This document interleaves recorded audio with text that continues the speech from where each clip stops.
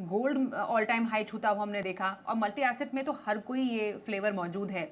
Multi asset fund में अभी allocation बढ़ाने का टाइम? आप देखिए, 1 साल पहले किसी को नहीं पता था कि गोल्ड इतना अच्छा परफॉर्म करेगा।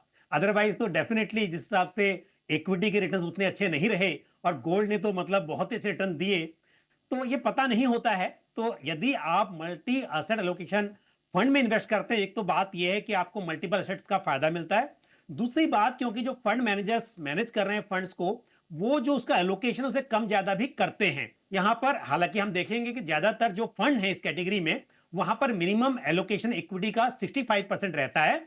लेकिन कुछ फंड्स ऐसे भी हैं जहां पर इक्विटी एलोकेशन 40% टू 60% के बीच में रहता है। तो ये कैटेगरी बिल्कुल अच्छी है, इसमें बढ़ाया जा सकता है निवेश को। और इस कैटेगरी के मैं दो फंड्स यहां पर बताना चाहूंगा।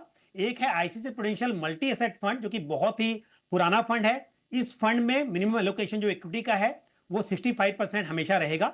ये फंड हाउस का अपना मैंडेट है। और White Oak Capital multi asset allocation fund, ये फंड थोड़ा नया है, लेकिन इस फंड में जो इक्विटी एलोकेशन है वो 40% टू 60% के बीच रहेगी। तो निवेशक अपनी जरूरत के हिसाब से, अपनी जोखिम लेने की क्षमता के हिसाब से डिसाइड कर सकते हैं कि कौन सा फंड उनके लिए सही रहेगा। बट अपने आप में दोनों फंड्स बेहतरीन फंड्स मेरे हिसाब से हैं।